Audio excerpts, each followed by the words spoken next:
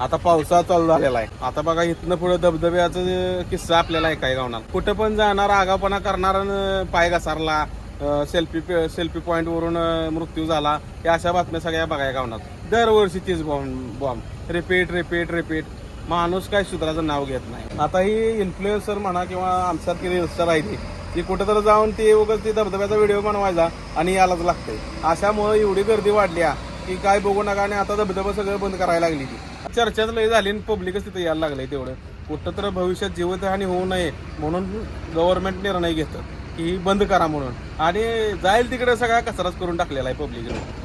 उगं तिथं फिरायला जाणार आणि सगळा कचरा करून टाकणार, वेस्ट सगळे तिथंच टाकणार. पडेल की गवार म्हणतं तर काय वावगं ठरणार नाही. ठीक आहे, फिरा की तुम्ही, निसर्गाचा आनंद घ्या. पण जी कचरा आहे तुमचा, ओला असू दे सुका असू दे, त्याला एक ठराविक ठिकाणी बाबा स्पॉट नेमलीत ना. नसेल तर बाबा कचरा घेऊन या. सिटी कुठली तर लागते तिथं काहीतरी कचऱ्याचं नियोजन असतेच की तिथं टाका की.